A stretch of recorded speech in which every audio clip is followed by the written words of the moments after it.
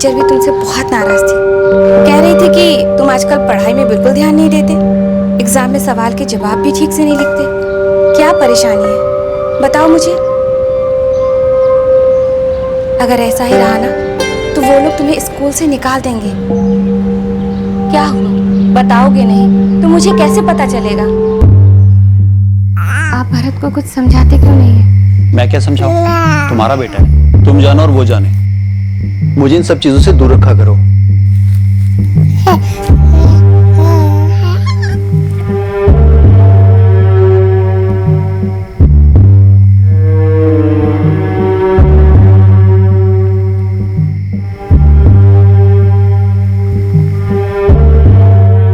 कभी कभी किसी अपने को खोने का गम इतना गहरा होता है कि वो किसी को नजर नहीं आता, उन्हें भी नहीं जो बहुत करीब होते हैं। ऐसे में उस परेशानी और बेचैनी को दूर करने के लिए कई बार सिर्फ एक ही चीज काफी होती है, एक प्यार भरा स्पर्श।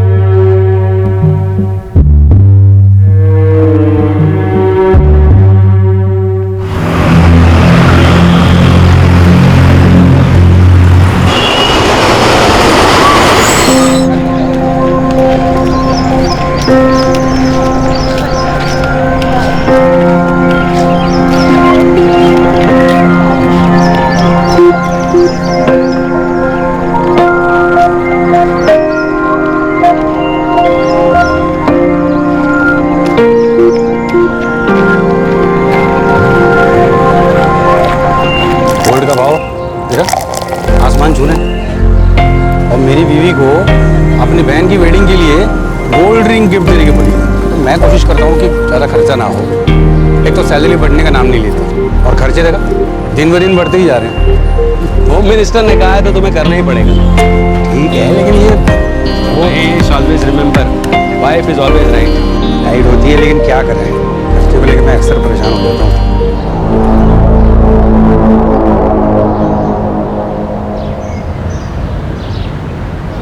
मुझे नहीं पता। अरे क्या हो गया?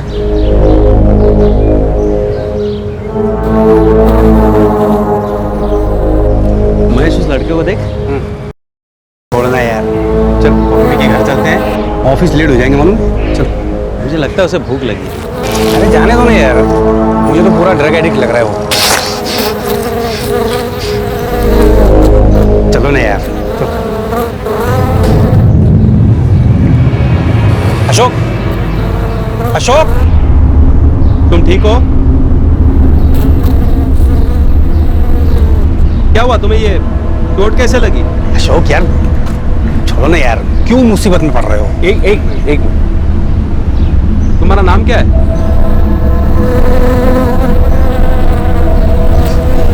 भरत। चलो ना यार अशोक। महेश एक मिनट इसकी हालत तो देख। तुम कुछ खाओगे भरत? चलो मैं कुछ खिलाता हूँ, आओ।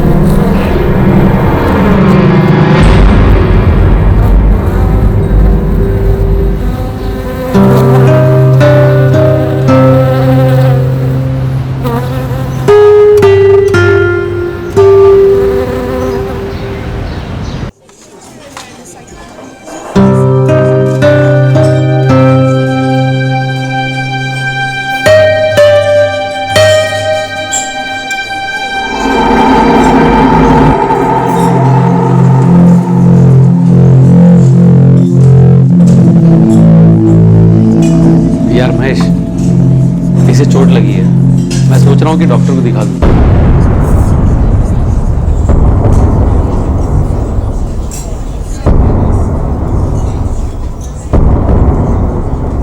अशोक,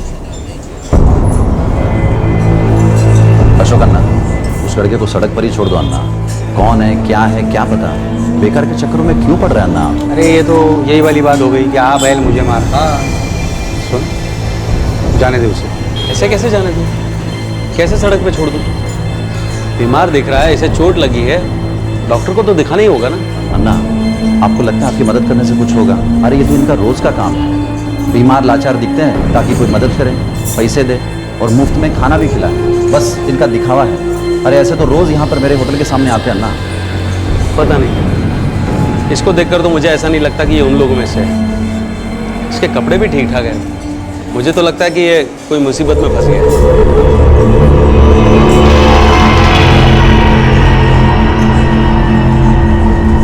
यार मैं चलता हूँ, मुझे लेट हो रहा है। आप ठहरे बिजनेस वाले और मैं मामूली नौकरी पेशे वाला इंसान हूँ। मुझे टाइम से काम पे पहुँचना होगा यार, मैं चलता हूँ।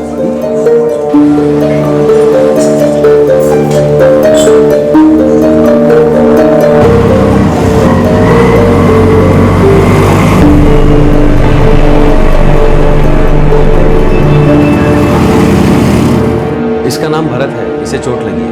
सर ये आपका रिलेटिव है? नहीं, मैं इसे नहीं जानता, ये मुझे रास्ते पर मिला, तो इसकी हालत देखकर मैं इसे इलाज के लिए लाया।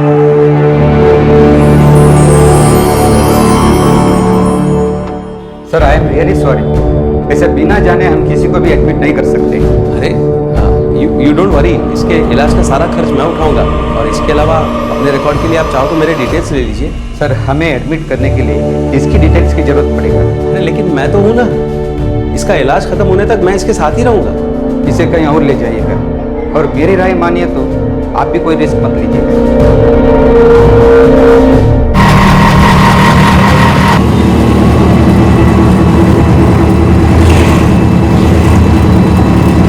बात पैसों की नहीं है सर, लेकिन बिना किसी जानकारी के हमारे से एडमिट करना पॉसिबल नहीं है। आप ये समझने की कोशिश कीजिए कि ये बीमार है, इसे चोट लगी है और इसे इलाज की सख्त जरूरत है। मैं मानती हूँ, लेकिन हमारे भी तो कुछ रूल्स है ना सर। और फिर ऐसे केसेस में जनरली बहुत से कॉम्प्लिकेशंस हो सकते हैं जो हमारे लिए रिस्की हो सकता है। और फिर इसका नाम भरत है, ये इसने आपको बताया है ना, हो सकता है कि ये झूठ बोल रहा हो। मैडम आप इसकी कंडीशन तो देखिए, इसके जख्म और चेहरे की परेशानी से साफ पता चलता है कि ये झूठ तो नहीं बोल रहा है। आई एम सॉरी सर, लेकिन मैं आपकी कोई हेल्प नहीं कर सकती। Excuse me. मैं आपका कंसर्न समझ सकता हूँ, लेकिन मैं आपकी कोई मदद नहीं कर पाऊंगा। आप चाहे तो मैं कहीं पे भी साइन करने के लिए तैयार हूँ, जितना पैसा खर्च होगा मैं दूंगा। आप इस वक्त ये समझने की कोशिश कीजिए कि उस लड़के को इलाज की सख्त जरूरत है। I am a reputed property consultant, आप चाहो तो मेरे घर का एड्रेस ले सकते हो, या डिपॉजिट में जो पैसे लगेंगे आई एम रेडी टू पे। देखिए मिस्टर अशोक, आप उस लड़के को रास्ते से उठा कर लाए। आई एम वेरी सॉरी, मैं उसे एडमिट नहीं कर पाऊंगा। आप किसी सरकारी अस्पताल में ट्राई कीजिए।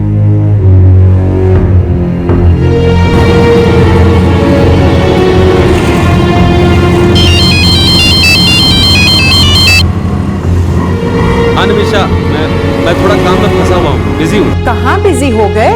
9:30 बज रहे हैं, आपको मीटिंग के लिए देर नहीं हो रही है? निमिषा, एक लड़के को चोट लगी है तो उसके इलाज के लिए मैं एक हॉस्पिटल से दूसरे हॉस्पिटल भटक रहा हूँ। अरे कैसे हुआ ये?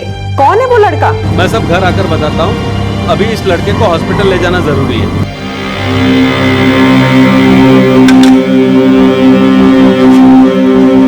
बाय दादी। बाय बेटा, बाय। Bye mummy. बाय बेटा।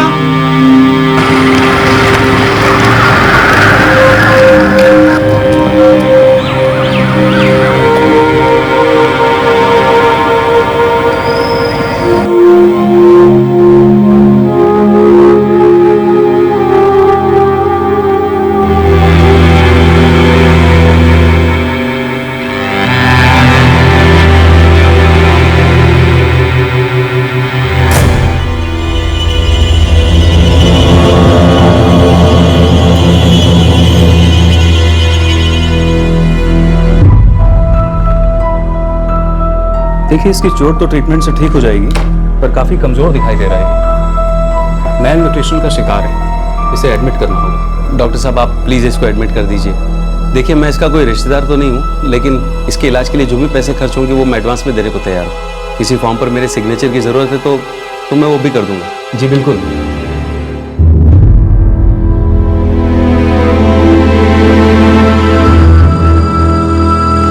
बेटा अब तुम आराम से सो जाओ, मैं शाम को तुमसे मिलने आता हूँ।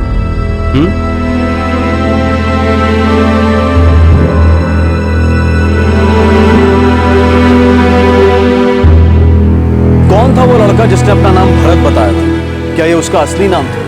क्या वो कोई सड़क छाप या ड्रग एडिक्ट था? अशोक राव, जिनसे उस लड़के की हालत देखी नहीं गई, क्या वो उसकी मदद करके कोई गलती कर रहे थे?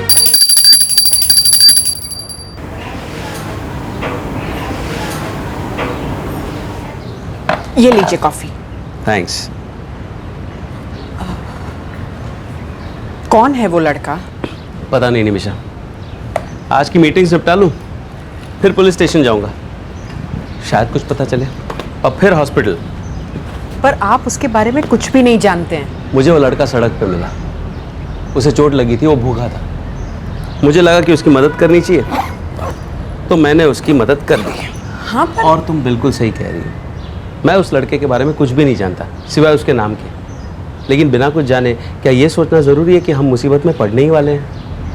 हर किसी पर शक करने की हमको बेवजह आदत सी पड़ गई है। हम कभी कोई दूसरा पहलू देखना ही नहीं चाहते। यू डोंट वरी, चलता हूँ।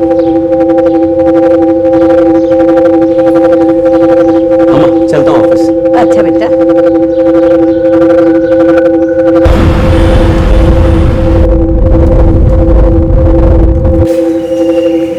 सर मैं एक प्रॉपर्टी कंसल्टेंट हूँ। आज सुबह बेउरनगर म्यूनिसिपल पार्क से मैं अपना योगा सेशन खत्म करके वापस घर जब जा रहा था, तब मेरी नज़र उस लड़के पर पड़ी। उसे देखते ही मुझे लगा कि वो मुसीबत में है, भूखा भी था। उसने कचरे के ढेर से कुछ खाने को निकाला भी था, लेकिन उसमें इतनी ताकत ही नहीं थी कि वो उस पैकेट को खोल सके। भरत, यही नाम बता रहे ना वो अपना? जी सर, मैंने उससे बात करके ये जानने की कोशिश भी की कि वो कौन है, कहाँ से आया है, लेकिन वो कुछ भी नहीं बता पा रहा है। वो तो अच्छे से बोल भी नहीं पा रहा है। ठीक है, हम हॉस्पिटल जाके उसके बारे में पता लगाने की कोशिश करते हैं।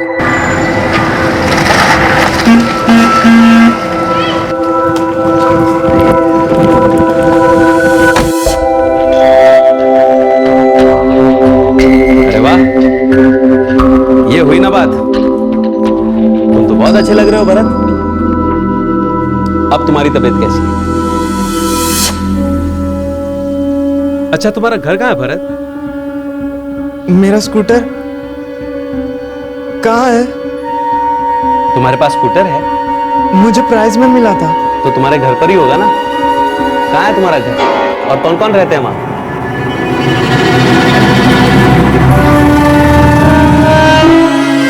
अच्छा, कोई बात नहीं भरत, हम बाद में बात करेंगे। अरे वैसे डॉक्टर साहब कह रहे थे कि 2 दिन में ठीक हो जाओगे। उसके बाद तुम्हारा घर, तुम्हारा स्कूटर ढूंढने के लिए हम साथ चलेंगे, ठीक है? वो ड्रग एडिक्ट नहीं है, उसे अपने बारे में कुछ भी याद नहीं है। कौन है, कहाँ से आया है, कुछ भी नहीं। सर, कोई बात तो है जिसकी वजह से वो बहुत परेशान है, और बार बार किसी स्कूटर के बारे में बोलता है। उसके अलावा उसे कुछ भी याद नहीं है। हो सकता है उसकी याददाश्त चली गई। आई गेस वो मेंटली स्टेबल नहीं, कुछ कॉम्प्लिकेशंस हैं, और मुझे लगता है कि उसकी वो चोट कहीं गिरने से लग गई है। आपको उसके बारे में कुछ और पता चले तो प्लीज हमें बताइए। आपको रास्ते में पड़ा मिला और आप उसे यहाँ ले आए। यस डॉक्टर, उसे उस हालत में वहाँ छोड़ना मुझे ठीक नहीं लगा। मैं समझ सकता हूँ, आप जो कर रहे हैं बहुत अच्छा काम है, लेकिन देखिए कुछ दिनों के बाद हमें भरत को हॉस्पिटल से डिस्चार्ज करना होगा। नो प्रॉब्लम डॉक्टर, उसके सारे बिल पेमेंट्स मैं कर दूंगा। और हाँ, रात को किसी को उसके साथ रुकना पड़ेगा। अगर वो कुछ बोलेगा ही नहीं तो किसी को उसके बारे में कैसे पता चलेगा? निमिषा, जब तक वो पूरी तरह से ठीक नहीं हो जाता तब तक हमें इंतजार तो करना पड़ेगा ना। पापा, डॉक्टर को लग रहा है कि उसे कोई मेंटल प्रॉब्लम है, तो हो सकता है कि उसने जो अपना नाम बताया भरत, वो भी ऐसे ही बोला होगा। पापा, कुछ और भी कहता है वो बार बार किसी स्कूटर के बारे में बात करता है। अम्मा दाल दूं? नहीं पापा, क्यों ना हम उसकी फोटो फ्रेंड्स स्क्वायर पर और हे मैसेंजर पर अपलोड कर दें? हो सकता है कोई जानने वाला मिल जाए। हाँ, ये ठीक रहेगा नहीं? पर आप किसी और को नहीं कह सकते कि वो उसके पास हॉस्पिटल में रात को रहे? निमिषा, किसी और को कहना अच्छा नहीं लगता। अब जब मैंने पूरी तरह से उसकी जिम्मेदारी उठाई है तो मैं ही चला जाता हूँ। पापा, मैं चला जाऊँ? ना बेटा, तुम्हारे एग्जाम्स आ रहे हैं ना, और मुझे वहाँ कोई तकलीफ नहीं होगी। तुम लोग टेंशन मत लो। खाना खाओ।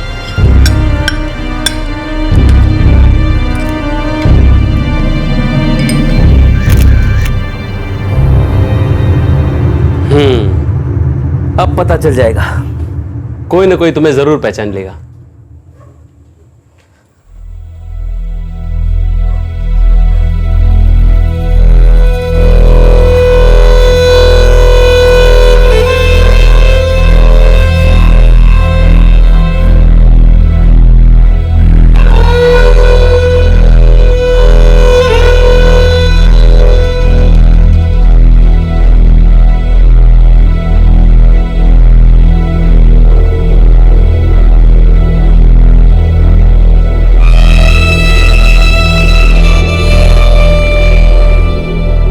ये लड़का अपना नाम भरत बता रहा है। ये ज़्यादा बोलता नहीं और परेशान रहता है। अगर किसी को इसके बारे में कुछ पता चले तो प्लीज़ मिस्टर अशोक राव से संपर्क करें। फ़ोन नंबर 444567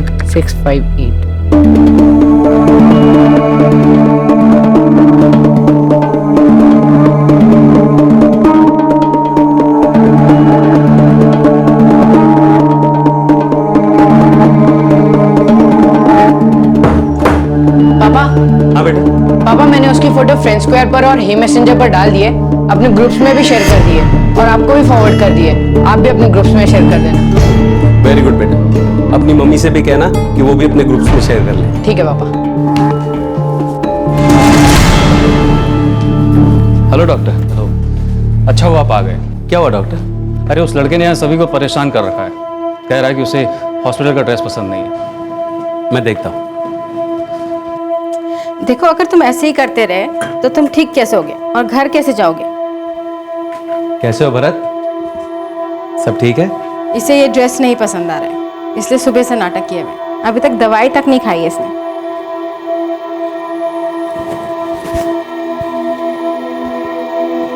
तुम्हें दूसरी ड्रेस चाहिए? मैं डॉक्टर साहब से बात करता हूँ, यहाँ पर कोई और ड्रेस अलाउ करते हैं कि नहीं।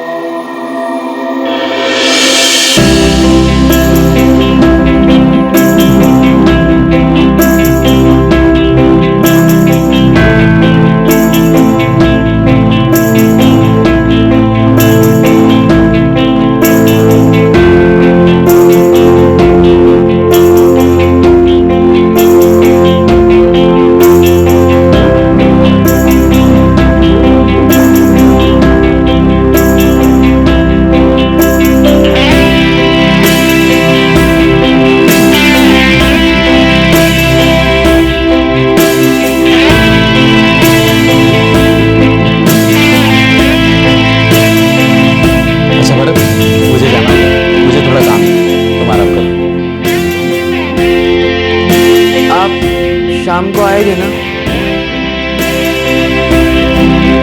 हाँ, मैं जरूर आऊंगा।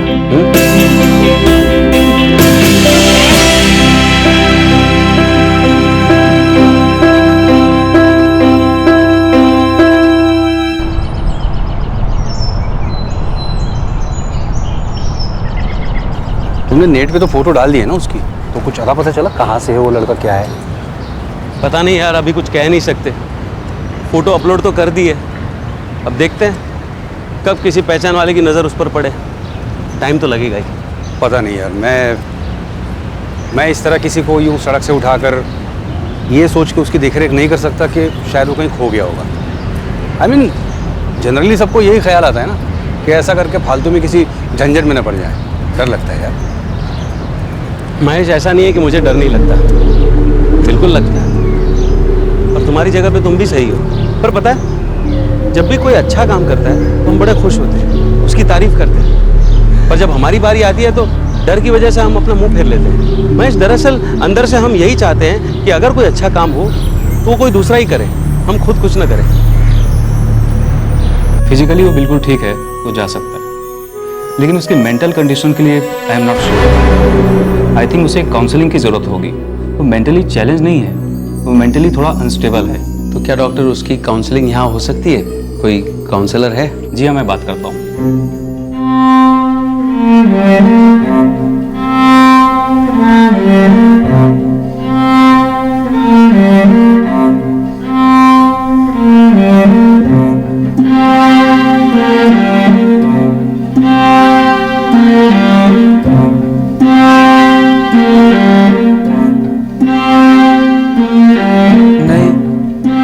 स्कूटर का कलर तो याद नहीं है,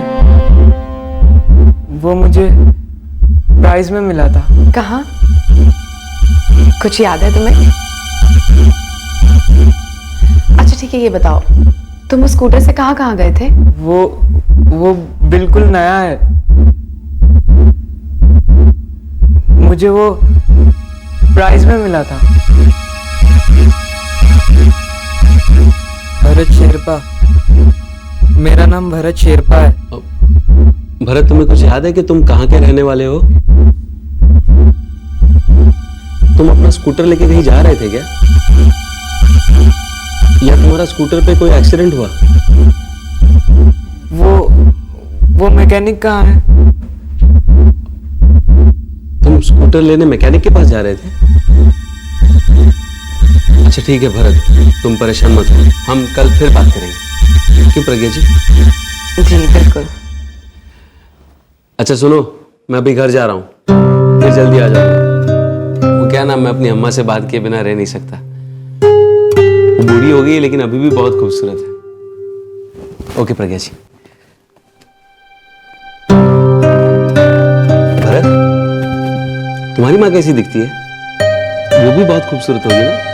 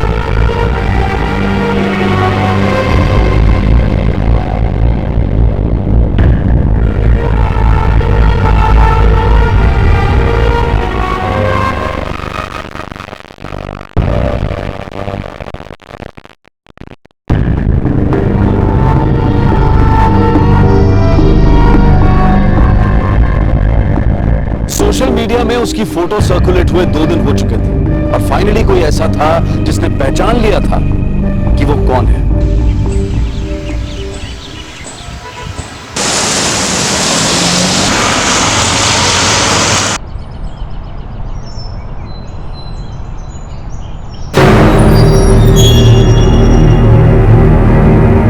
पंकज, ए पंकज, अरे उठ। क्यों परेशान कर रहे हो? अरे जल्दी उठ, ये देख तो क्या है? अरे ये तो भरत है ना? ये लड़का तो तेरी क्लास में पढ़ता था। हाँ भैया, ये तो भरत ही है। 2 साल पहले तक मेरे से स्कूल में ही था, फिर से कुछ मेंटल प्रॉब्लम हुई और इसने स्कूल छोड़ दिया। ये मिसिंग है, ये किसी को बेंगलुरु में मिला है।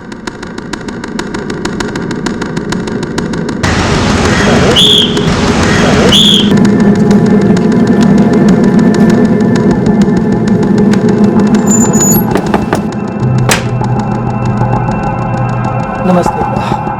नमस्ते बेटा, बोलो। भरत कहाँ है? मैं उसका दोस्त हूँ, पंकज। बेटा वो तो कहीं खो गया है, 3 हफ्तों से उसका कोई पता नहीं। वो बेंगलुरु में है। ये देखिए।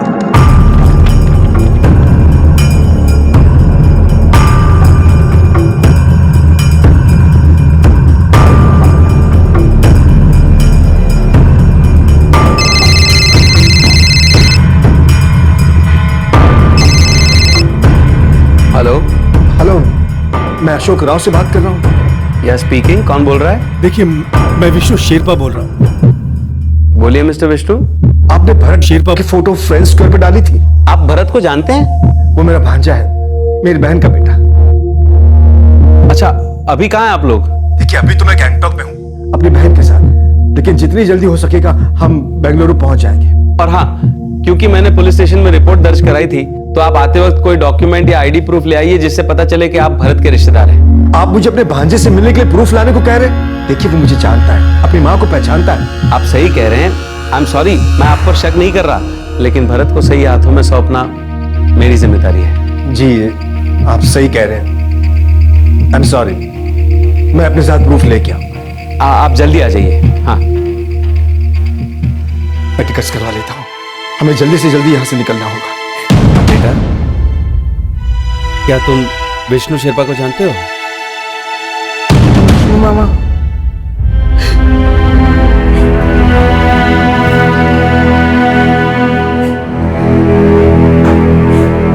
माँ, आप रोकी हो, भरत भैया मिल गए।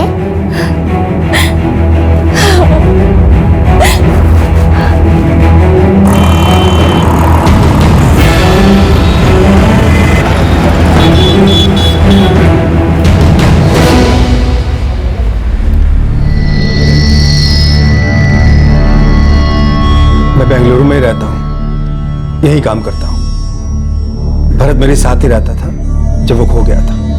कब? 27 फरवरी को।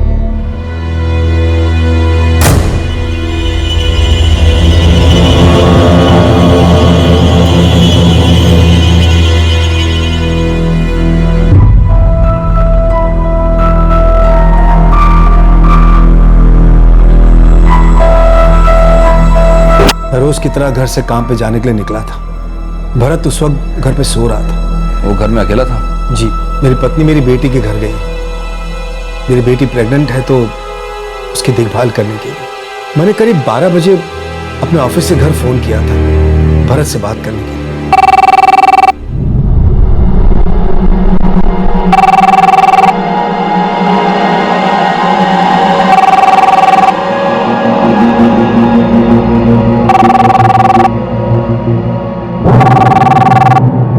वो पिछले 3 हफ्तों से लापता था और आप लोगों ने पुलिस कंप्लेंट भी दर्ज नहीं कराई? की थी सर। पहले तो मैंने भरत को ढूंढने की बहुत कोशिश की, लेकिन जब वो दूसरे दिन भी घर वापस नहीं लौटा तो मैंने कलवर पुलिस स्टेशन में मिसिंग कंप्लेंट दर्ज करवाई थी। सर, वो 16 साल का है, पर अपनी उम्र के हिसाब से थोड़ा कम समझदार है, मेंटली थोड़ा डिस्टर्ब है। अभी 3 महीने पहले ही आया था। मुझे लगता है सर कि वो घर से बाहर गया होगा और घर वापस आने का रास्ता भूल गया है। आपने बताया कि भरत की माँ कहीं गैंगटॉक में रहती है। जी। तो ये भी तो हो सकता है कि भरत को अपनी माँ की बहुत याद आ रही हो, वो अपनी माँ से मिलने गया हो या फिर मिलने की कोशिश कर रहा हो। मुझे नहीं लगता कि भरत वहां जाने की कोशिश करे। उसे तो वहां जाने का रास्ता भी नहीं मालूम। दरअसल मैं उसे यहाँ काउंसलिंग करने के लिए ले आया था।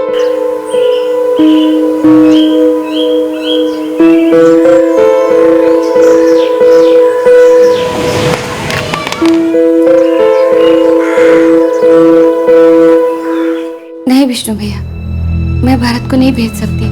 वो मेरे बिना एक दिन भी नहीं रह पाएगा। स्मिता, अभी मैं अकेला हूँ। 6 महीने भरत मेरे साथ आराम से रह सकता है। सरिता पूजा के पास गई। पूजा प्रेग्नेंट है, ये उसका पहला बच्चा है तो उसे अकेला नहीं छोड़ना चाहती। देखो, मैं वहाँ भरत का इलाज किसी अच्छे काउंसलर से करवाऊंगा। हो सकता है कि वो बिल्कुल अच्छा हो जाए, बिल्कुल पहले की तरह। भैया, मेरा दिल नहीं मान रहा।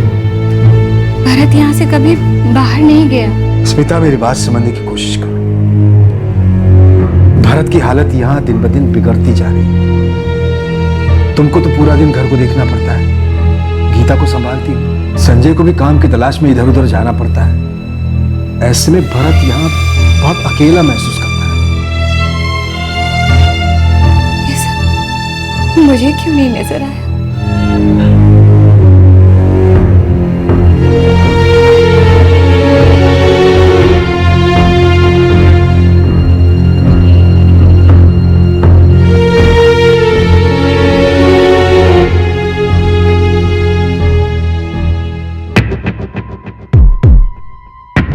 मैं समझ ही नहीं सकी कि भरत अंदर ही अंदर घुट रहा था।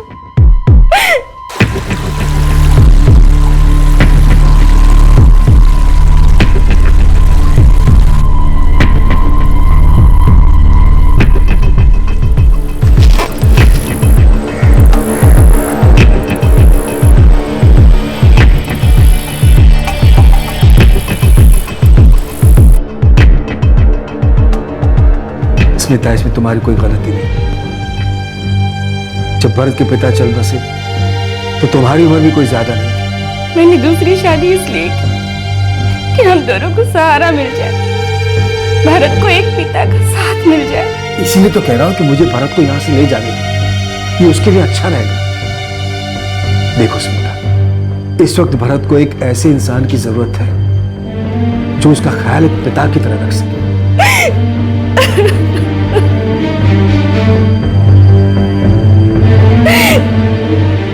और 3 महीने पहले वो मेरे साथ बेंगलुरु आ गया।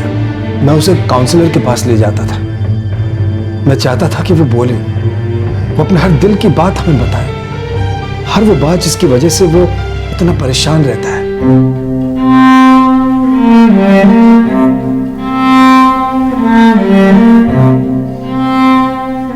सारी गलती मेरी है। क्यों?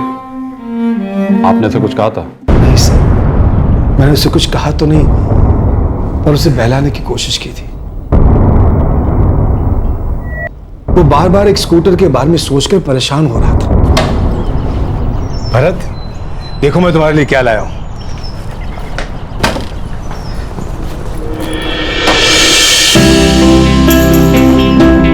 कैसा है?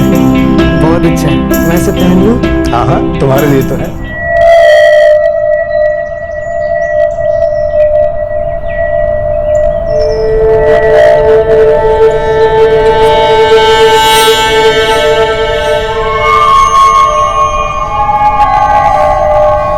भरत बेटा, ऐसे क्या देख रहे हो? मामा, मेरा स्कूटर कहाँ है? तुम्हारा स्कूटर? कौन सा स्कूटर? मामा, मेरा स्कूटर जो यहाँ खड़ा था, मेरा नया स्कूटर। तुम्हारा नया स्कूटर? हाँ मामा, मेरा नया स्कूटर, वो जो मुझे प्राइज में मिला था, यहीं तो खड़ा था, लेकिन अब यहाँ नहीं है। कहाँ गया?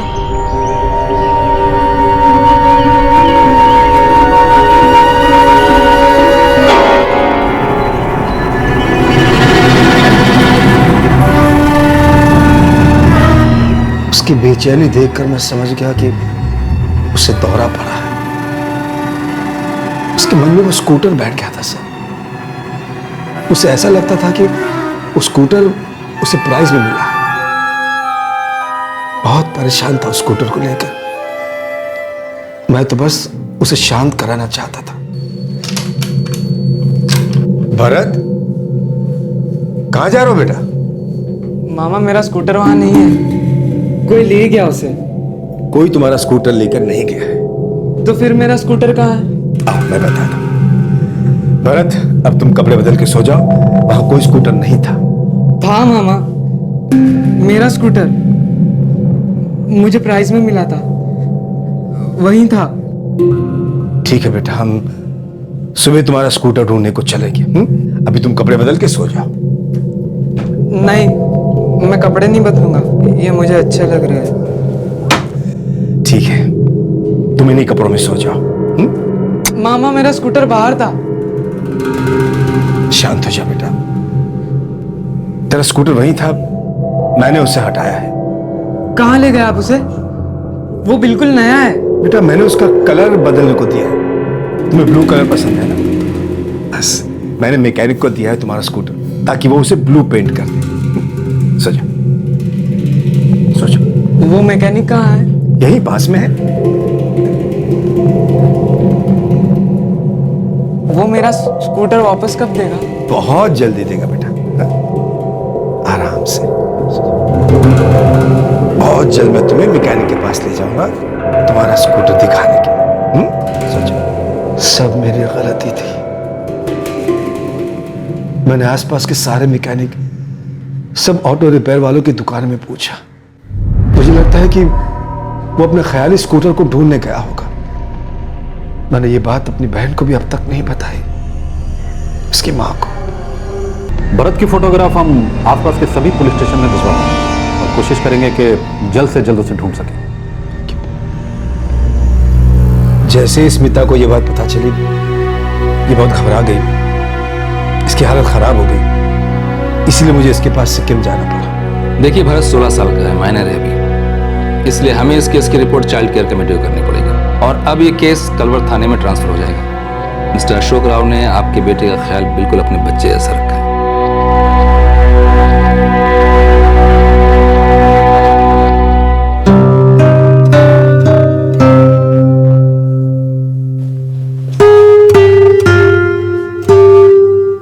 भरत, माँ, मामा,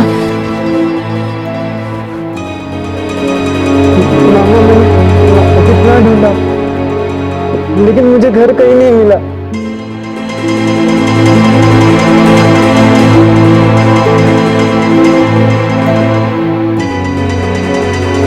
मैंने स्कूटर भी बहुत ढूंढा, मैकेनिक के वहां भी ढूंढा, हर जगह ढूंढा, लेकिन कहीं नहीं मिला मामा। चलो अच्छा है, फाइनली तुम्हारी स्कूटर की कहानी मुझे पता चली गई। अशोक जी, समझ में नहीं आता कि आपका एहसान कैसे चुकाऊंगा। अरे रे, ऐसा मत कहिए, मैंने कोई एहसान नहीं किया। मैं तो बहुत खुश हूं कि आपको भरत मिल गया और भरत को उसका परिवार। सुनो भरत, अब तुम अपने मामा जी के साथ जाओगे, उन्हीं के साथ रहोगे। वो कह रहे थे कि तुम कोई क्लासेस जाते हो और वहां तुम ठीक भी हो रहे थे, बिल्कुल वैसे ही क्लासेस ना जैसे प्रज्ञा जी तुम्हें यहाँ देती हैं। अपना ख्याल रखना बेटा। लेकिन आप आओगे ना मेरे साथ? हाँ बेटा, मैं आऊंगा, मैं तुमसे मिलने जरूर आऊंगा।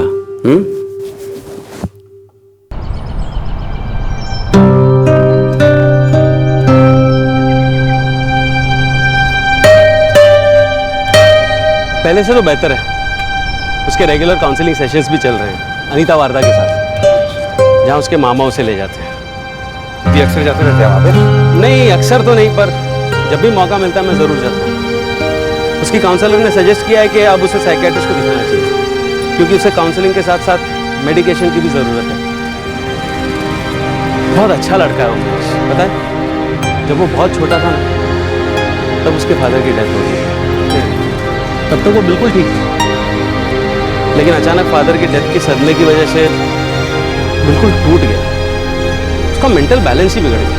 शायद अपने फादर को याद करके या फादर फिगर की कमी की वजह से वो अपने आप को बहुत अकेला महसूस करने लगा। अंदर ही अंदर घुटता रहा, पर किसी को कुछ पता नहीं चला। सच में अशोक, वाकई में तुमने बहुत अच्छा काम किया है। महेश, बहुत अच्छा लगता है जब हम किसी के काम आ सकें, किसी की मदद करके उसकी तकलीफ को कम कर सकें। शायद ये अच्छाइयाँ हम सब में है, बस हम डर जाते हैं। अशोक राव ने भरत के हॉस्पिटल का सारा खर्चा उठाया और उसके नाम पर जो मिसिंग कंप्लेंट दर्ज की गई थी वो भी वापस ले ली गई। अशोक राव भरत से मिलते रहे और कुछ दिनों बाद छुट्टियां मनाने के लिए भरत अपनी माँ और अपने सौतेले पिता के पास सिक्किम चला गया। उसकी माँ इस बात को समझ चुकी है कि भरत की जिंदगी में किस चीज की कमी है और उसके सौतेले पिता भी अब उसकी बहुत अच्छी केयर कर रहे हैं। भरत को अब वो प्यार और अपनापन मिल रहा है जिस पर हर बच्चे का हक होता है। अशोक राव का मानना है कि उन्होंने जो कुछ भी किया वो कोई असाधारण या एक्स्ट्राऑर्डिनरी काम नहीं था। उन्होंने वही किया जो भरत की हालत को देखकर उनके दिल को सही लगा। उन्होंने ऐसा क्यों किया? किसी की मदद करके किसी को क्या मिलता है? क्या इसके पीछे कोई स्वार्थ है? क्यों कोई जानबूझकर परेशानी मोल लेता है? ऐसे सवाल अक्सर उठते हैं। या फिर कुछ इस तरह के सवाल कि जिसकी मदद की जा रही है हो सकता है वो कोई ड्रग एडिक्ट हो, कोई चोर या बदमाश हो सकता है कि वो कोई नुकसान पहुंचा दे, पैसा लूट ले। ऐसे लोगों के चक्कर में पड़ना ही क्यों? इंसान की यही फितरत है।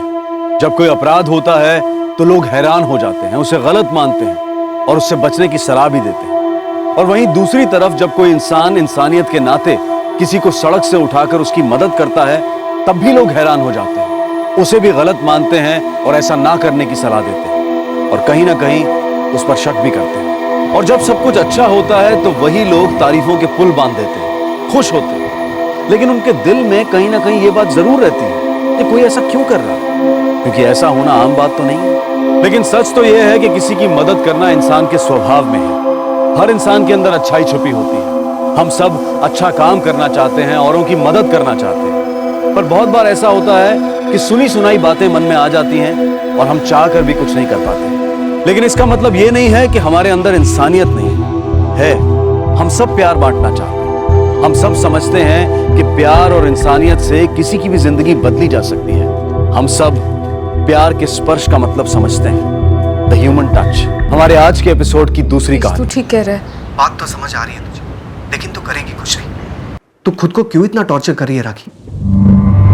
भुगतते रह सही, बनी रह अबला नारी, कुछ करना। ऐसा मत बोल रितेश। क्यों हाथ पे हाथ रखे बैठी? आगे पढ़ाई शुरू कर, पूरी कर अपनी एजुकेशन। देख राखी, अपनी तकलीफ को अपनी तकदीर समझ लेना सही बात नहीं है। राखी तू बेवकूफ है क्या? हम 12th साथ ही पढ़े हैं। अब ऐसा तो है नहीं कि तू कुछ समझती नहीं है। नहीं, मैं डरती हूँ नेत्रा। अरे यार ऐसा क्या हुआ है जिससे डरती है तू? राखी तो अभी यंग है, एजुकेटेड है, तू काम कर सकती है, अपना और अपनी बेटी का आराम से ध्यान रख सकती है। डरना तुझे खुद पे ये तरस खाने वाली गंदी आदत से चाहिए। कब तक घर में दुखिया बनी घुसी रहेगी तू? बाहर निकल, खुली हवा में।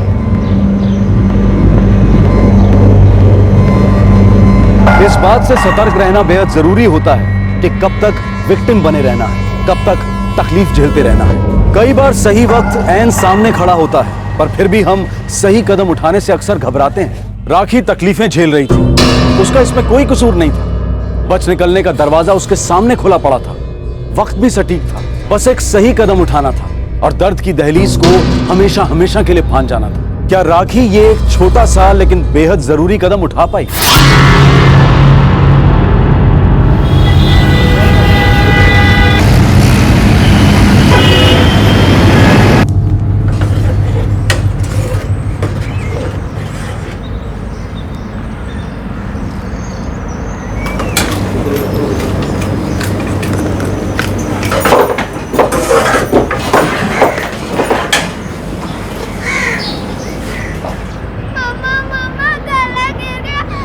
राखी जरा जाके देख क्यों बावड़ी हो रही है रुचि। जी अम्मा।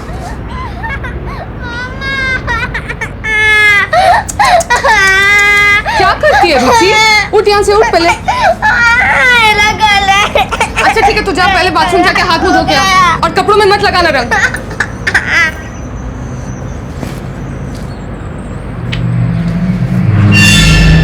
राखी तेरे से बात करना चाह रही थी बहुत टाइम से। हाँ भाभी बोलो ना, क्या बात है? देख राखी, पानी नाक के ऊपर गुजर गया है, तो बोल जगत को कोई काम धंधा करे, पैसा वैसा कमावे। पूरे घर का बोझ इन पे और पापा जी पे, पर से तू रुचि जगत भी सबके सब काम के न काज के 100 मन अनाज के। तेरे जेठ जी कब तक उठावेंगे जगत भैया की जिम्मेवारी? हमारे अपने लिए तो एक ढेला भी नहीं बचता। जी भाभी मैं समझ गई, मैं बात कर लूंगी इनसे।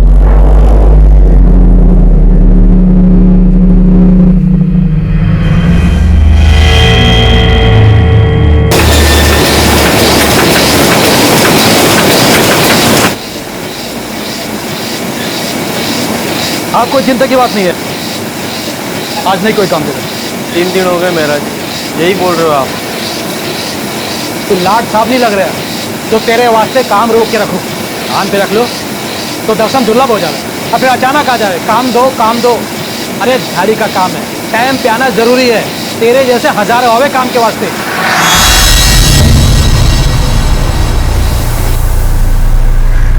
देख भाई, तू बेरोजगार का बेरोजगारी रहेगा अगर ये दिहाड़ी के छोटे मोटे कामों के चक्कर में ऐसे ही पड़ रहा था।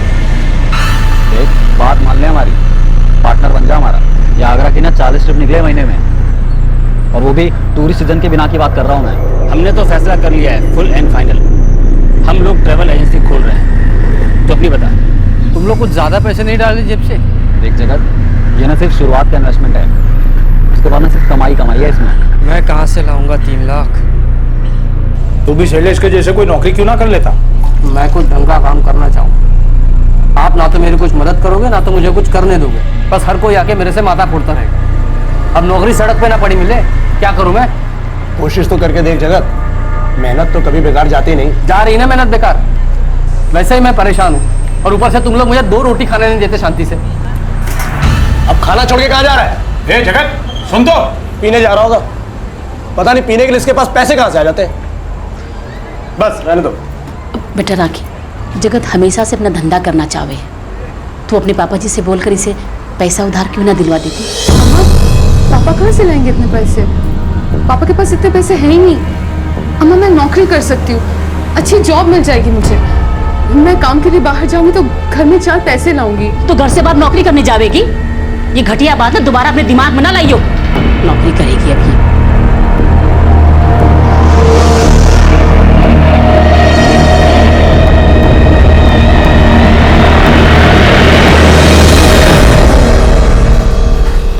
अब तू कोई खिटपिट ना शुरू कर दियो, मेरा दिमाग पहले ही ठिकाने ना है।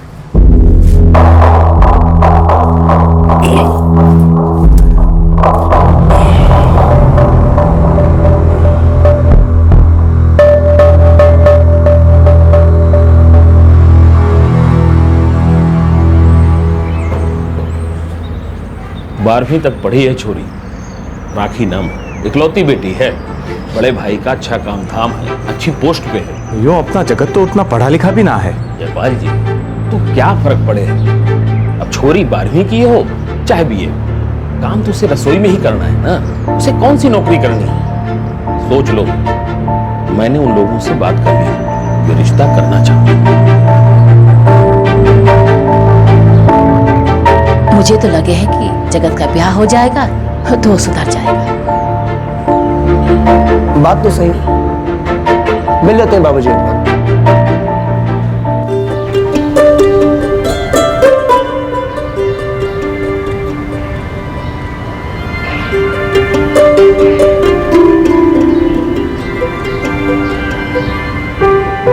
जगत बेटा, आप काम क्या करते हैं? जी, मेरी पहले से बहुत इच्छा है कि मेरा अपना एक बड़ा सा बिजनेस हो। जी, अभी तो ये इधर उधर काम करता रहता है, लेकिन बड़ा ही मेहनती बालक है हमारा। ये तो बचपन से एक अलग सा सैलेश साड़ी की दुकान में काम करता है, पक्का काम है इसका। जगत, आपको नहीं लगता कि घर बसाने से पहले कोई पक्का काम होना चाहिए? नहीं मतलब, मैं आपकी बिजनेस की बातों को समझ रहा हूँ, लेकिन बिजनेस शुरू करने के लिए पैसे भी तो चाहिए। बात तो तुम्हारी सही है बेटा, लेकिन कहते हैं ना, क्या होते ही जिम्मेदारी समझ आ जाती है। क्यों नामदेव जी, सही कहा ना मैंने?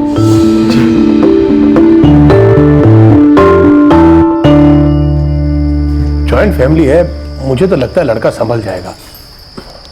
तुम्हें क्या लगता है अभिषेक? बाकी सब तो ठीक है पापा, पर उसके पास कोई पक्की नौकरी नहीं है। पूरा परिवार एक साथ रहता है, एक बात तो पक्की है, राखी का ख्याल पूरा परिवार रखेगा। भाई, मुझे तो रिश्ता जच रहा है, हम लोगों को बात आगे बढ़ानी चाहिए। जिस उम्र में एक आदमी काम करना शुरू करता है, जिम्मेदारी उठाने लायक बनता है, उसके काबिल होने से पहले ही उसके सर पे ब्याह का बोझ रख दिया जाता है। और हमेशा ये कहा जाता है कि बहू के कदम घर में पड़ेंगे और लड़का जिम्मेदारी उठाने लगेगा। मतलब लड़के को जिम्मेदार बनाने की जिम्मेदारी भी लड़की के सर पे ही है। ये क्या बात हुई कि एक बहू तभी काबिल बीवी साबित होगी जब वो एक नाकारा आदमी को काबिल बनाने में कामयाब हो जाए।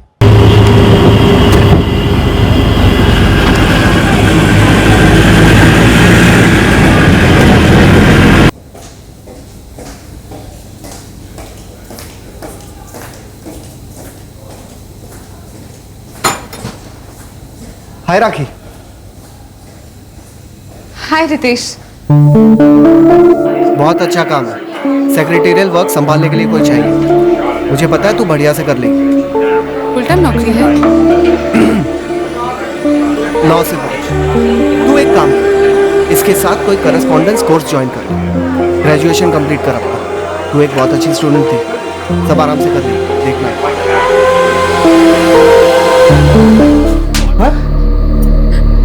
लेकिन प्रॉब्लम क्या मेरे काम करने में जगत? 2 पैसे घर में आएंगे ही ना। रुचि की पढ़ाई का खर्चा निकलेगा। संध्या भाभी के ताने बार बार नहीं सुनने पड़ेंगे। तुम तो कुछ कमाते हो नहीं, घर खर्च में एक ढीला नहीं देते। अरे समझी ना, रुक जा, क्यों मार रहा है उसे? अरे ये बाहर जाके काम करने की बात करेगी और जाके पढ़ाई करेगी और सब लोगों के सामने मुझे नीचा दिखाएगी। अरे मेरी भी तो कोई इच्छा है ना, अपने लिए, रुचि के लिए। इनके भरोसे तो कुछ होना है नहीं। हाथ ना उठा तू, हाथ ना उठा। बच्ची के सामने लड़ाई नहीं करते बेटा। तो ऐसा कह दो, बकवास बंद करे अपनी। तो तुम करो ना नौकरी, करो नौकरी, सारी दुनिया करती है। शांत हो जा तू, ना बुलाना तुझे। मैं बिजनेस करना चाहूँ। मेरे दोस्त ट्रैवल एजेंसी खोल रहे हैं, 3 लाख का हिस्सा देना है मुझे। अच्छा बिजनेस है। राखी बेटा, अपने पापा जी से बात करो ना। अरे कर दे जगत की मदद।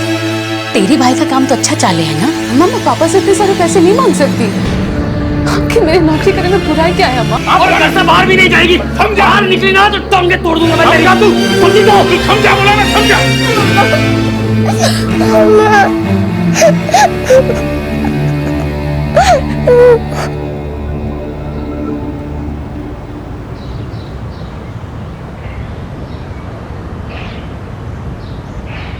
टिफिन पूरा खत्म करना और स्कूल में कोई शैतानी मत करना, तुम समझ गई? मम्मी, अगर आप काम पे गई तो मैं किसके साथ रहूंगी? आप दादी के साथ रहोगे, आप ताई के साथ रहोगे बेटा। लेकिन मम्मी, मुझे आपके साथ रहना है। हाँ, लेकिन अगर हमें अच्छी लाइफ चाहिए, जैसे अच्छे खिलौने, अच्छे कपड़े, तब तो मम्मी को काम पे जाना पड़ेगा ना बेटा। नहीं मम्मी, पापा को काम करने दो, आप घर पे ही रहो। ठीक है, इस बारे में हम बाद में बात करेंगे। अभी तुम स्कूल जाओ, ये पापा और मैं तय करेंगे। ठीक है, लेकिन झगड़ना मत प्लीज। ओके, नहीं झगड़ेंगे। अब जल्दी करो, देर हो रही है हमें।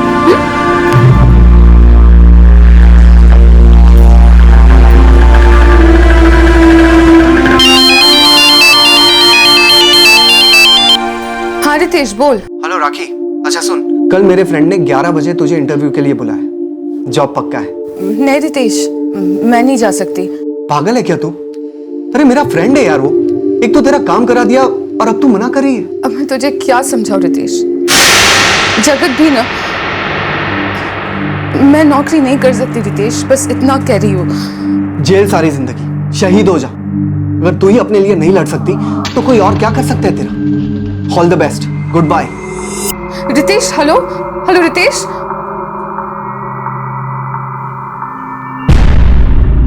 तो इसकी जड़ यो रितेश है, यो बना रहा है तेरे सर में कूड़ा। कौन ये रितेश? अरे बोल ना। मेरा स्कूल फ्रेंड है। मेरे अलावा बाकी सबने अपनी पढ़ाई पूरी कर ली थी, सब अच्छी खासी जॉब में लगे हुए हैं। मेरे साथ की लड़कियां भी। पढ़ाई पूरी किए बगैर मेरी शादी हो गई, पर मैं स्टूडेंट अच्छी थी जगत, मुझे एक अच्छी जॉब मिल जाएगी। और इसमें रितेश तेरी मदद कर रहे? हाँ, मैंने मदद मांगी थी उससे काम के लिए, और उसने कृपा कर दी तेरे ऊपर। और क्या क्या कृपा बरसा रही हो तेरे ऊपर? अरे बोलना, और क्या क्या कृपा बरसा रही हो? स्कूल के टाइम से ही बरसा रहा होगा कृपा, या फिर शादी के बाद शुरू हुआ ये सब? बोलना, अपने पति के पीठ पीछे क्या चला रखा तूने? राखी के पिता से पैसों की मांग, राखी पर अपने स्कूल फ्रेंड के साथ अफेयर का झूठा इल्जाम।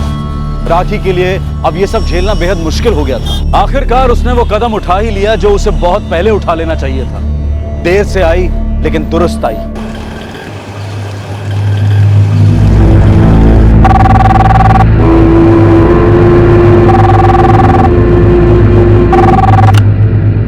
हेलो हेलो पापा।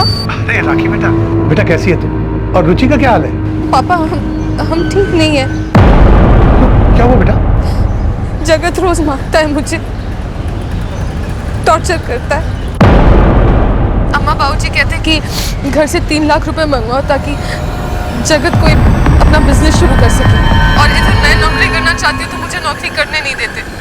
5 साल से नरक हो गई पापा, अब और सहन नहीं होता।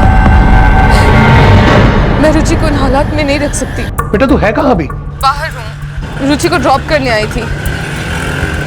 घर से बात नहीं कर सकती थी। देख बेटा, तू अभी घर जा, रुचि को वापस स्कूल से आने दे। बस आज अपने आप को संभाल ले, कल मैं आऊंगा। क्या हुआ? राखी ठीक तो है ना? नहीं।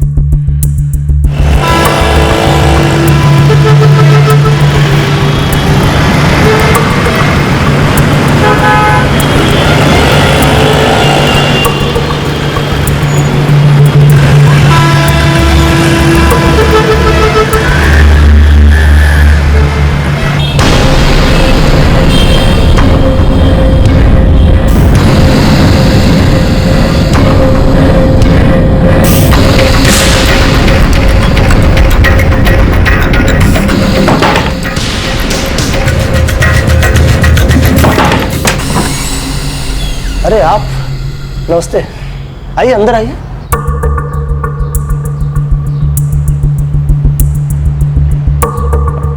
नामदेव जी, आप यहाँ अचानक? वैसे अच्छा लगा आप आए, लेकिन जयपाल जी, अचानक आना ही पड़ा। आपके यहाँ जो कुछ चल रहा है वो सब सुनकर हमें अचानक आना ही पड़ा। क्या? मैं कुछ समझा नहीं। देखिए जी, ये क्या का कोई मतलब नहीं है, सब कुछ तो जानते हैं आप लोग। राखी को हर रोज आपका बेटा मारता पीटता है, परेशान करता है, मायके से पैसे लाने के लिए बोलता है। पता नहीं है आप लोग? आप भी तो शामिल हैं? जगत का है? जगत तो काम पे गया होगा जी। भला बेरोजगार आदमी कौन से काम पे गया भाई? शादी से पहले आपने कहा था कि जगत कोई नौकरी कर लेगा। शादी को 5 साल बीत चुके हैं, नौकरी तो दूर। उसने मेरी बहन को मारना पीटना शुरू कर दिया पैसों के लिए। यार मांग ना रही अपने बाप से, लेकिन मैं भी ऐसी मदद कर दूंगा, मैं बाप से छीन के ले आएगी पैसे। भाई साहब, अब आप ही बताओ, जगत कोई पैसा अपने लिए थोड़ी ना मांग रहा है। मदद है नामदेव जी, अगर आप करो तो बच्चों का ही भला हो जाएगा। अगर बिजनेस चला, पैसे धेले कमाए, तो इसमें फायदा रुचि और राखी का ही है ना। अब सुख तो राखी को ही मिलेगा ना। वाह समधन जी वाह, आपने बहुत अच्छे तरीके से बात को परोसा है। मतलब मेरी बेटी को सुख पाने के लिए यहाँ रोज पिटना होगा? और जगत की हिम्मत कैसी हुई मेरी बहन पे हाथ उठाने की? देखिए, हमने यहाँ अपनी बहन को छोड़ा था, कोई बकरी बांध कर नहीं गए थे। हमारी बहन संस्कारी है, पर चलनी का इल्जाम लगाते हुए शर्म नहीं आई आपके बेटे को? राखी, अपना सामान पैक कर, तू चल रही है हमारे साथ। रुचि का स्कूल में भैया। कोई नहीं, तो सामान पैक कर, हम उसको स्कूल से ले लेंगे। देखिए, आप ऐसा मत कीजिए, हम लोग आपस में मामला सुलझा लेंगे ना। मामला सुलझाना होता तो पहले ही सुलझा लेते। मेरी बेटी यहाँ तकलीफ पाने के लिए नहीं है। अब जगत ने थोड़ी मदद मांगी, कोई पहाड़ थोड़ी ना गिर गया। वो अपने रिश्तेदारों से मदद नहीं मांगेगा तो किससे मांगेगा भाई साहब, आप बताइए। अरे तो मदद मांगने का ये कौन सा तरीका है? देखिए, हमारी बहन कोई दुधारू गाय नहीं है, बेटा आपका आवारा है। देखो, वो कोई आवारा नहीं है, बस थोड़ा अलग है। तो अलग ही रखिए ना उसे। हमारी बेटी हमने मार खाने के लिए नहीं लाई थी यहाँ पर। आप उसे ऐसे नहीं ले जा सकते, इस घर की बहू है वो। हाँ, तो उसके साथ बहू जैसा बर्ताव करना चाहिए था ना।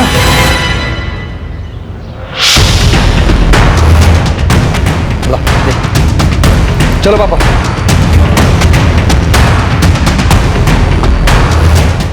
सुनिए राखी, देखिए, करगे ने पूरे परिवार की भेजी थी, ये सब देखने को बचा था।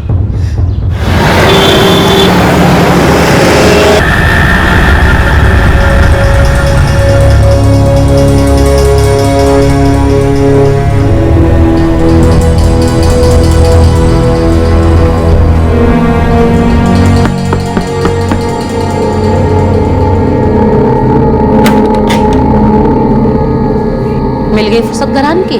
कुछ करने की कोशिश कर रहा हूँ, घर बैठ के भी क्या करूँ, तुम लोग ही बकबक सुनो।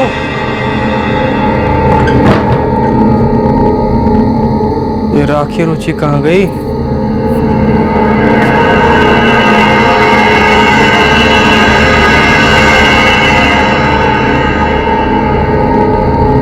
राखी रुचि कहाँ है? उसके बाप और भाई आए थे, शिकायत की है राखी ने, ले गए वो उसे अपने साथ। और तुम लोगों ने ले जाने दिया? तो और क्या कर दे, 4 खरी खोटी सुना के गए वो लोग। तू अपने बीवी बच्चों का ख्याल नहीं रखता, हम उनका ख्याल नहीं रखते। निकम्मा तू है और बेइज्जती हम सब की होती है। पैसा क्या गलत कर दिया मैंने? बस धंधा शुरू करने वास्ते उनसे पैसे मांगे बस। पर नहीं, उसे तो काम करने बाहर जाना था ना, नाक कटानी थी मेरी। अपने स्कूल के दोस्त के साथ चक्कर चला रखा था उसने, गुलछरे उड़ा रही होगी वो। मुझे तो पहले से ही शक था ये रुचि मेरी बेटी ना है। देख, नाक तो तेरी कटी गई, ऊपर से 4 लोगों के सामने हमारा सर नीचा हो गया। कि ले कैसे गए वो लोग और तुम लोगों ने जाने कैसे दिया? अरे मेरी औरत है वो, मुझसे ब्याह हुआ उसका। की जिंदगी का फैसला मेरा है, मेरा।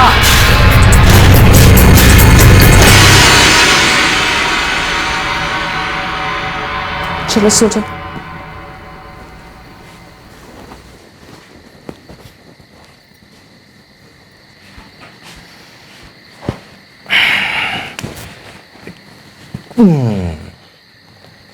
राखी तू क्या चाहती है बोल? आगे स्टडी करना चाहती है, जॉब करना चाहती है? जो तेरी मर्जी में आए तू कर। अब तुझे चिंता करने की कोई ज़रूरत नहीं है, हम सब हैं तेरे लिए। अब तेरी सारी तकलीफें खत्म। भैया मैं जॉब करना चाहती हूँ और आगे की स्टडी। गुड। और हम अपनी रुचि रानी को यहीं के किसी पास के अच्छे स्कूल में डाल देंगे, ठीक है? ठीक है मामा। ऐ शाबाश। चलो अब तुम दोनों आराम करो। Good night. Good night.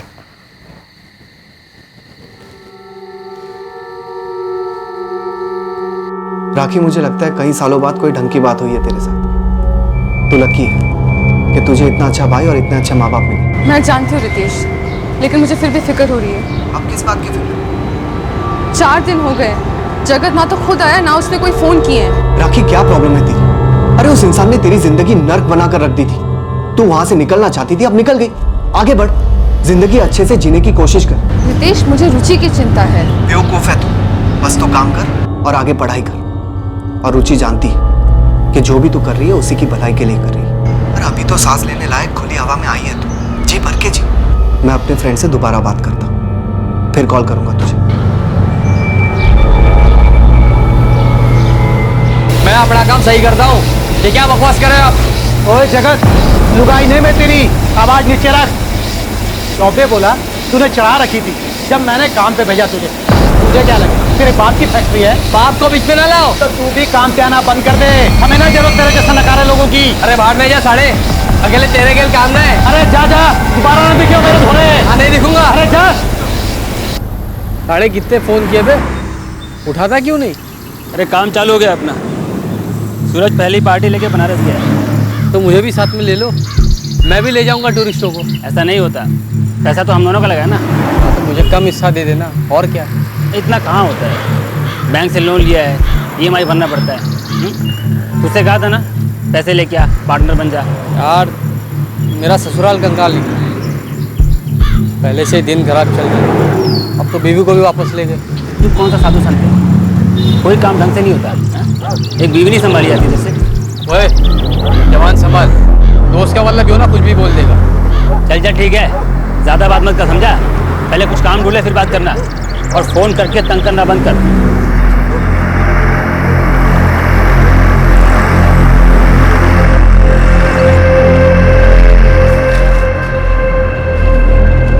क्या जयपाल, कैसा चल रहा है?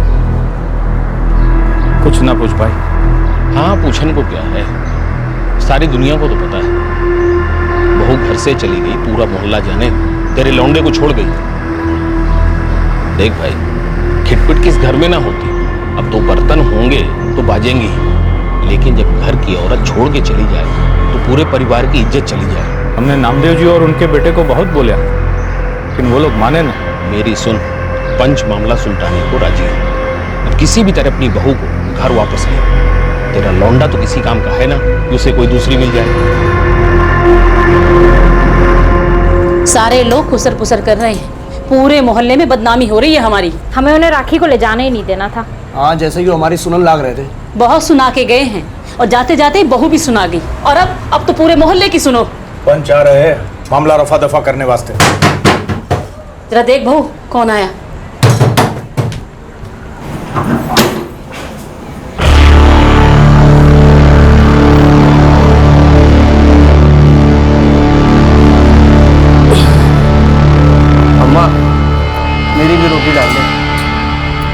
खा ले ठूस के। एक बस तू ही जी रहा है सुकून से। सुना ले, तू भी जी भर के सुना ले। दिमाग पहले ही दही हो रखा है, तू घोट के लस्सी पी जा। तेरे बीवी बच्चे छोड़ के चले गए हैं, लोग बातें कर रहे हैं। तो मैं क्या करूं? जाने दो उसे, सच दस के काम के वास्ते बाहर।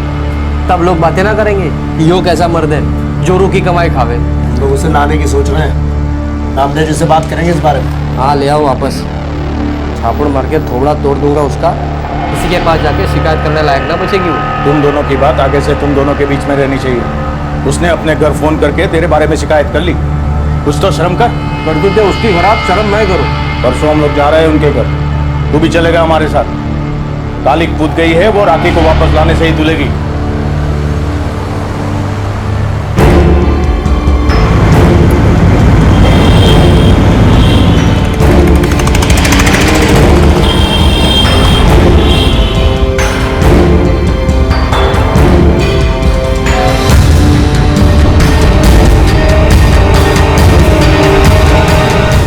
वो लोग बात करना चाहते। बात करने को बचा ही क्या है पापा? मालूम नहीं। राखी यहाँ खुश तो है, पर उसका असली घर तो वही है ना। मुझे लगता है राखी को कुछ अंदर से अच्छा सा नहीं लगता है। जब से वो आई है ना तो जगत ने एक भी फोन किया और ना ही मिलने आया। दिक्कत क्या है उसे माँ? अच्छा चलो ठीक है, मैं बात करता हूँ राखी से। राखी, तू उस आदमी के पास वापस जाना चाहती है? यहां देख, क्या चल रहा है तेरे को? पता नहीं भैया, मैं तो बस काम करना चाहती हूँ, खुश रहना चाहती हूँ। और मैं हमेशा तो इस घर में नहीं रह सकती ना। बिल्कुल रह सकती। अगर उस आदमी के हाथों तकलीफें नहीं झेलनी है तो तू बिल्कुल रह सकती। भैया मैं चाहती हूँ कि वो काम करे, मेरे और रुचि का ख्याल रखे। और अगर फिर भी पैसे कम पड़े तो मैं भी काम करूँ। ये कैसे सपनों में जी रही है तू? फिर दीवार से अपना सर फोड़ना चाहती है? चल ठीक है, अगर तुझे यही ठीक लगता है और इसी में तुझे शांति मिलती है तो एक बार ये भी करके दे। लेकिन मेरी मान, वो आदमी सुधरने वाला नहीं है।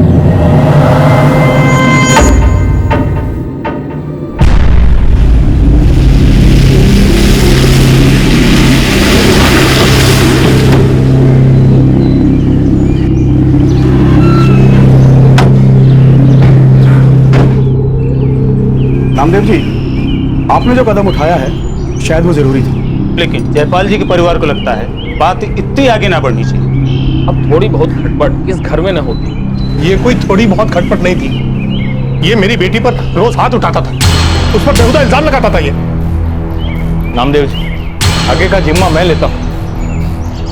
आप तो समझते हो, अलग रह के आपकी बेटी का भी भला ना होने वाला। जबान तो इधर भी ना रुकने वाली। समाज तो एक सा ही है। बहू ससुराल छोड़े या बेटी मायके में आके रहे, चार बात तो बनेंगी। जगत, तुम कोई नौकरी क्यों नहीं कर लेती? सारे झगड़े की जड़ खाली मेरी नौकरी ना है तो और क्या है? काम धंधा तुम कुछ करते नहीं और सारा फ्रस्ट्रेशन दारू पीकर मेरी बहन को उतारते। ये उसे हमेशा मारता पीटता परेशान करता।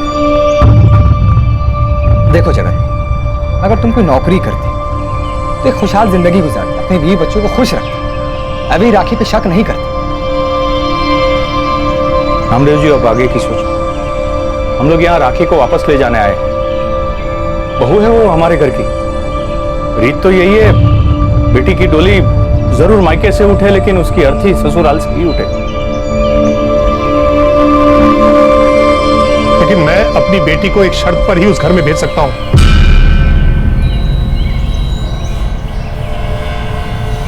अगर आप पंचों के सामने अपने हाथ से मुझे ये लिख कर दें कि मेरी बेटी के साथ कोई दुर्व्यवहार नहीं होगा, ये मेरी बेटी पर हाथ नहीं उठाएगा। हाँ, और ये भी लिखिए कि जगत कोई नौकरी करेगा, पैसे कमाएगा और बीवी बच्चों की जिम्मेदारी उठाएगा। आपको ये सब मंजूर है तो हम बात आगे करेंगे।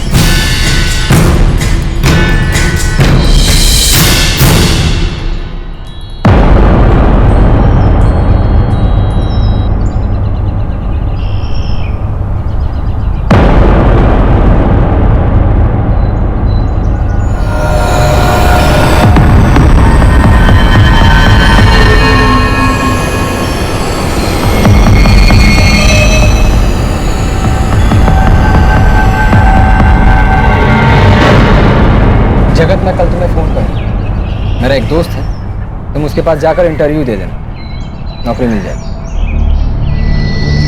बाकी बेटा तुम अपना सामान बांध लो।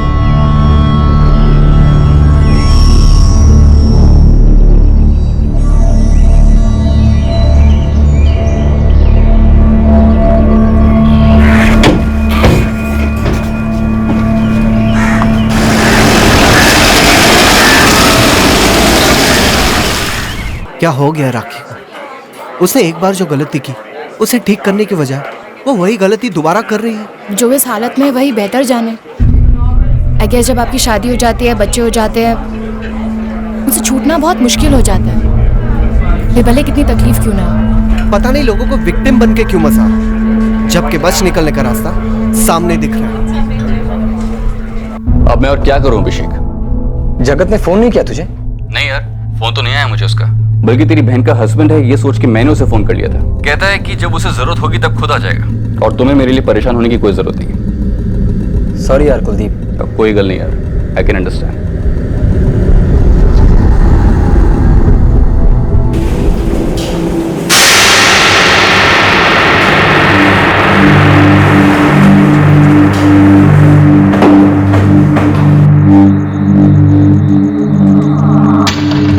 जगत लाइन पे आ जाएगा राखी, तो फिर से सब चालू ना कर। मर्द है वो तेरा, तूने जो कुछ भी किया अंदर से किलस गया है वो, थोड़ा वक्त दे, संभल जाएगा वो।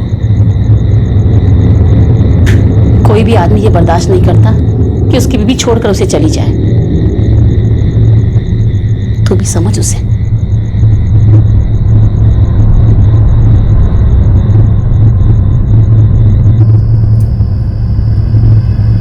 एक हफ्ता गुजर गया पापा, वो आदमी काम के लिए गया ही नहीं। मुझे तो समझ में नहीं आता कि हम लोगों ने ये सोच कैसे लिया था कि ये लड़का हमारी राखी के लिए ठीक रहेगा। हमने राखी और रुचि को दोबारा भेजकर दूसरी गलती कर दी है पापा। क्या करते बेटा? राखी अपने घर वापस जाना चाहती थी, हम उसे जबरदस्ती तो नहीं रोक सकते थे।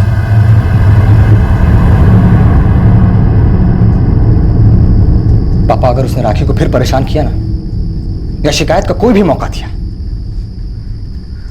तो हम उसका तलाक करवा देंगे। भाड़ में गया समाज। जबान सबकी चलती है पटर पटर, लेकिन जब कोई मुश्किल में होता है ना, तो मदद करने के लिए कोई भी सामने नहीं आता है। ये जो समाज का बिजनेस है ना पापा, हमें सबसे ज्यादा उससे सतर्क रहने की जरूरत है। अभिषेक बेटा इतना गुस्सा मत कर, जिंदगी ऐसे ही है।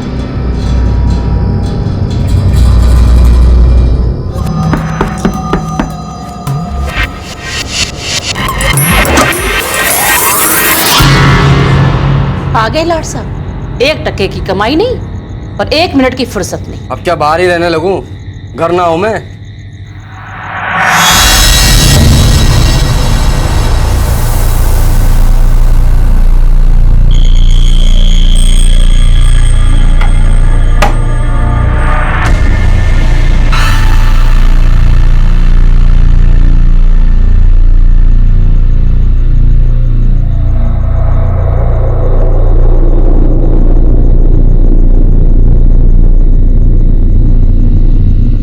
सच्ची सच्ची बोल, तेरे दोस्त के साथ तेरा रिश्ता सिर्फ बातों का ना था, शरीर का भी था। क्या नाम है उसका? रितेश। फिर से बकवास चालू कर दी आते। रुचि मेरी बेटी है या उसकी? तुम नहीं बदले, तुम बदल ही नहीं सकते। अब सब लोग मुझे घटिया समझने लगे, जबकि तू है। गलती करती मैंने आके, मुझे आना ही नहीं चाहिए। मेरा भाई सही कह रहा था, तू एक घटिया बीमार आदमी है। क्या करेगी तू? जगत क्या करियो? जगत जगत नहीं, जगत नहीं, जगत जगत वो मेरी बात क्या करेगी? बोल। रुक जाओ, क्या करेगी? वो मैं घटिया। कहने दो उनको ही उनकी बातें अपने आप। जरूर फिर से इसने कुछ बोला होगा, इससे मेरी बेटी का दिल दुखा होगा।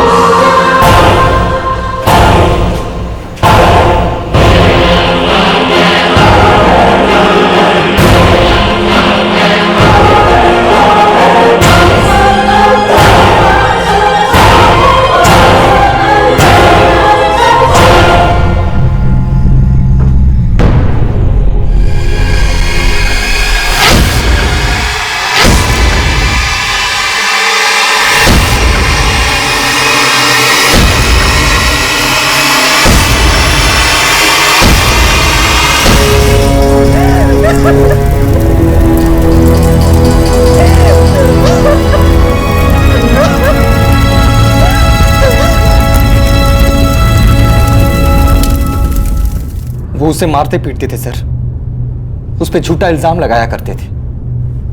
इन्हें छोड़ना मत सर, बिल्कुल मत छोड़ना। हस्बैंड पकड़ में आ गया है, हमारी हिरासत में। मार तो क्या कसूर था मेरी बहन का? काट डाला उसको। तो अभी वादा करके वापस लेकर के गए थे, ये कुछ नहीं करेंगे। ये देखिए सर, उन लोगों ने अपने हाथ से लिख कर दिया था सर। गलती हमारी थी सर, हमें उससे दोबारा भेजना ही नहीं चाहिए था। गलती हमारी और खामियाजा हमारी बहन को, उसकी बच्ची को अपनी जान देकर के भुगत रहा है।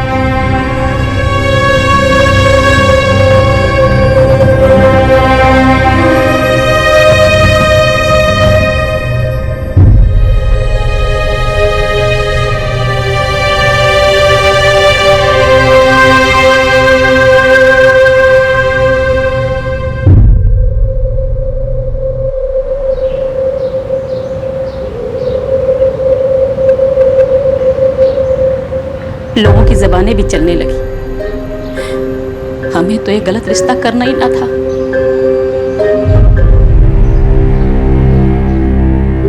अपने बयान में जगत ने कबूल किया कि जब उसके परिवार ने उसे यह बताया कि वो लोग उसकी बीवी और उसकी बच्ची को वापस घर ला रहे हैं, वो तभी से परेशान था। उसका दिमाग तो पहले से ही घूम गया था जब उसे बिजनेस के लिए पैसे देने से मना किया गया था। राखी की अपने दोस्त से बातचीत उसे अंदर ही अंदर खाई जा रही थी। जब उसका परिवार राखी और रुचि को घर वापस लाया, वो तब से ही उन्हें मारने की फिराक में था। जगत को हत्या के आरोप में बुक किया गया है। जगत के पिता और जगत के भाई पर घरेलू हिंसा और शादी के 7 साल के भीतर ही एक औरत के मारे जाने के आरोप दर्ज किए गए हैं। राखी के पास बच निकलने का रास्ता था और उसे बच निकलना भी चाहिए था, अपने लिए, अपनी बेटी की जिंदगी के लिए। काश उस वक्त ये समझ में आ जाता कि एक बेकार और नाकारा पति के हाथों प्रताड़ित होने से उसकी और उसकी बेटी की जिंदगी कहीं ज्यादा कीमती थी। काश। सबसे जरूरी बात यह है कि जिंदगी में विक्टिम बनने से नहीं, बल्कि विक्टिम बने रहने से सतर्क रहने की जरूरत है। कई बार बच निकलने का रास्ता बिल्कुल हमारे सामने खुला होता है। ये बात हर उस शादी के लिए एक सच है जो शादी बेमेल है, जिसमें हिंसा घर कर चुकी है और जो नाकाबिले बर्दाश्त हो चुकी है। आपसे फिर मुलाकात होगी क्राइम पेट्रोल सतर्क में एक और नए केस के साथ। तब तक अपना ख्याल रखें, सुरक्षित रहें और याद रखें, सही वक्त, सही कदम, सतर्क रहें। जय। इस तरह के और भी एपिसोड देखने के लिए हमारे चैनल को सब्सक्राइब करें और बेल आइकन दबाना ना भूलें।